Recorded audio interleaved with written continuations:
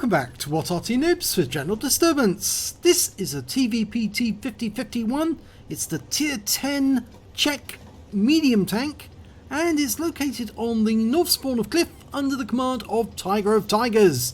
Now, we've done replays for him before, and as you can probably tell, he's actually a unicum, so he certainly knows how to play this. He's got 3 marks on his barrel already, and I think he's going to have a rather good game. His win rate at the moment is 59%, by the way. That's absolutely huge. And he's well on the way to becoming Super Unicum, if not there already. Well, this tank has an autoloader. It's got 4 shells in the magazine, and it can deliver those 4 shells, doing 320 alpha from each in just 4.5 seconds. So 4 shots, 4.5 from the moment he fires the first one. So it's a deadly assassin, this tank. And well, his first target's turned up. It's an EBR-90, and he's gone right up to the center line straight away, and he's found something. Yep, he's found a Centurion, and look at the rate at which he's putting these shells into the target. One more, and he gets that one in. Oh, and he got a fire, and he's gone. So he's killed a tank with his first magazine. Would you believe it? And he's doing a three-dimensional observation, all-round awareness of what's going on. He doesn't want to get somebody coming up behind him. 25 seconds to reload the entire mag, and now he's got 4 shots to go again. Now, with the Czech holidays underway, a lot of people are trying to get these tanks because, well, it's being made easier for them to get so with some incentives. And you can see that the enemy does have a few tanks just the other side of this these ruins. Skoda T50 and that TVP, but just behind him he's got an EBR-90 and a Conqueror. So I think he's hiding in these rocks at the moment to ensure that he doesn't get hit. And he's got to watch out because there's a standard B right up on top of the cliff as well. Okay, he's going to go to town on this Conqueror. And so he takes... Oh, he's got a fire as well! And he survived, but only by the skin of his teeth with 117 hit points left. So we're in full reload. And in fact, actually, rather than 25 seconds, it's 21.98.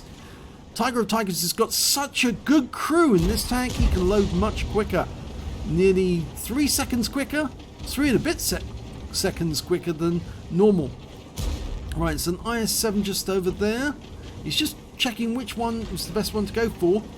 That Skoda T50's moved around. There's the IS-7. He's now going to go to town on him. Got 2 shots in, but he was hit by the Object 140 from some distance away, and now he's being hit from behind by a Batchat, so he needs to move and vacate this spot, otherwise he's going to get perforated. Batchat's got 5 shells in its mag, and he's moved around to the secondary spot, which is one of my favourite spots here, just on this rise. It's difficult for Arty to hit you from this position. They really had to work hard to get a shell into that spot, I can tell you. Oh, but now the Skoda T50's come round, and he's got 2 rounds in him. 3. Go for the 4th. Yes, he got him. And that's him out of the game. So, 2 kills, 1 almost completely wiped out. But we did lose a lot of health to that Batchat. Thankfully, he didn't unload all 5 shells into us. We checked the hit log. We can see he only managed to get 4 in. But if he got all 5 in, yes, I think we would have been in deep trouble with only a few hit points left. There's the Batchat. And now we're going to go to town on him. Yeah, he's gone. So, that's justice for you. 3 kills now for Tiger of Tigers. Now, last time I knew, Tiger of Tigers was in the Red Unicorns. Oh, there was another Batchat. There he is. That might have been the culprit. And, okay, first shot in. Second in. And that's a bit of payback. No, he used to be in Red Unicorns. That's a elite clan on EU server, but he's now moved. He's actually in NARF now. That's a new clan I haven't come across before. You do find a lot of super unicums move about from one clan to the other because they get poached, you might say. EBR90 is about to get killed. Yes, 1 in. 2. Oh, lost sight of him, so he's going to have to pull back into cover. Still 2 shots to go, though. No sign of the enemy yet. Oh, the bat chat down the west has gone.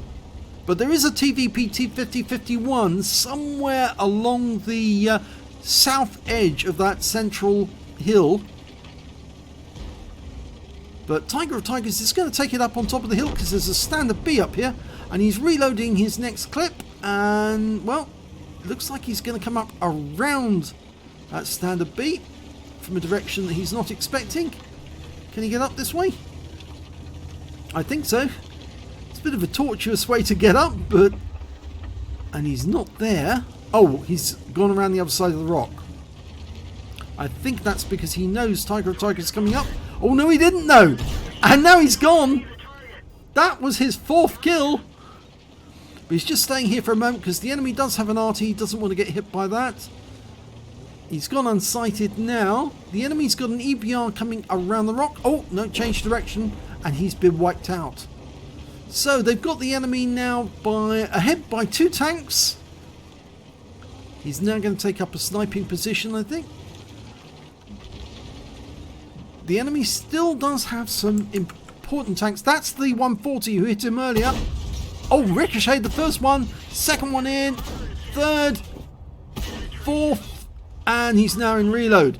The thing is, the Object 140 can't see him, but he can see the Object 140 because he's got the Centurion a little closer. But I think he's still going to get close to the Object 140 himself, and he'll need to watch out that he doesn't get spotted by that TVP. Oh, no, TVP's already dead. Sorry, I don't need to worry about him at all. He's going to get closer to that Object 140, and then he might be able to put pressure on the enemy in the Western Pass. Well, he's fully loaded now, and just needs to get close to that Object 140.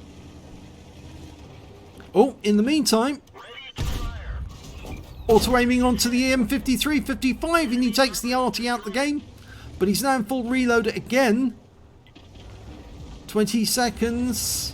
Let's hope the Object 140 doesn't realise he's here. He didn't approach the rock because he didn't want a proximity spot. But the Object 140 now knows that he is here. But he's not trying to attack. Oh, he is now. 1 in. 2. 3 and kill. And that's his top gun.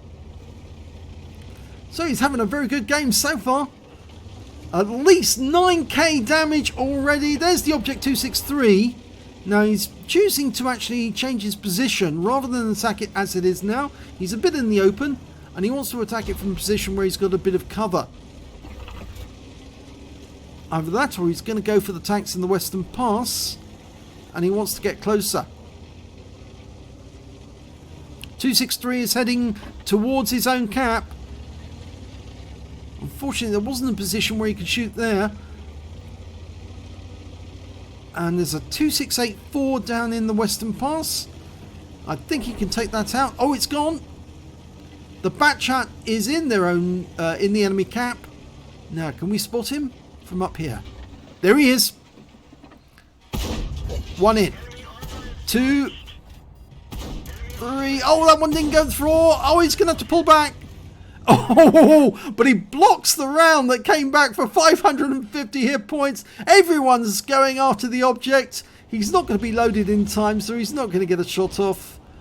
But that's over 10k damage, and the enemy's dead. That's it. Game over. Over 10k damage recorded, and 1k of assist. Wow, that's some game.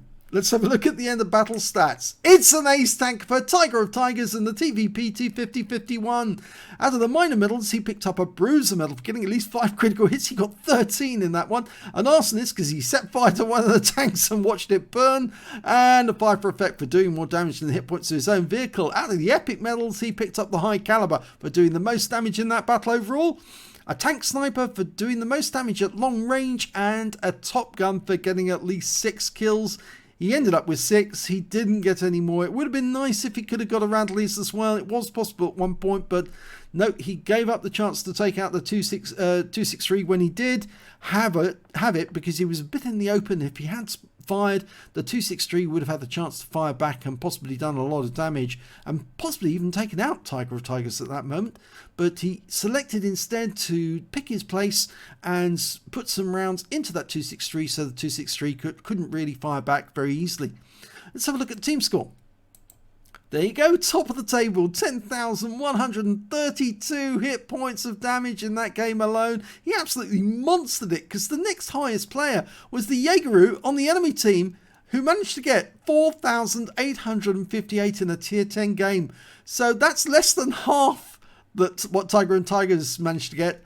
And when it came to kills, he managed to get 6. The next highest scorer, only 1/3 of that level, and that was on his own team, the Batchat, the AMX50 Foch, and the Object 263. None of the enemy team managed to get above 1 kill. And when it came to base XP, 1,477. That's a very emphatic ace tanker.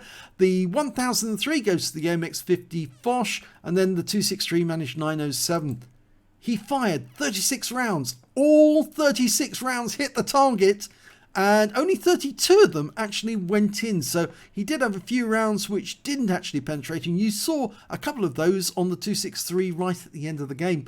Damage of 10,132 hit points, of which 2,224 were more than 300 meters, but it's definitely still the highest damage at long range. He received 6 hits from the enemy. 4 of them penetrated. The armor on the CVP isn't really very strong. It's built as an assassin, fast assassin. It's all about the gun and the ability to deliver rounds. It's not about blocking rounds, I'm afraid. So anything that really hits it is going to do damage. And he was lucky that he actually did get 2 non-penetrations, and those must have hit the tracks or bounced off the roof as the 263 did right at the end. He blocked damage of 400 hit points. Actually, I thought he blocked more than that with the round from the 263 alone. But according to the records, that's what he blocked. And he spotted 3 enemy vehicles, damaged 11 of the enemy, killed 6 of them, and did 1,079 hit points of damage assistance.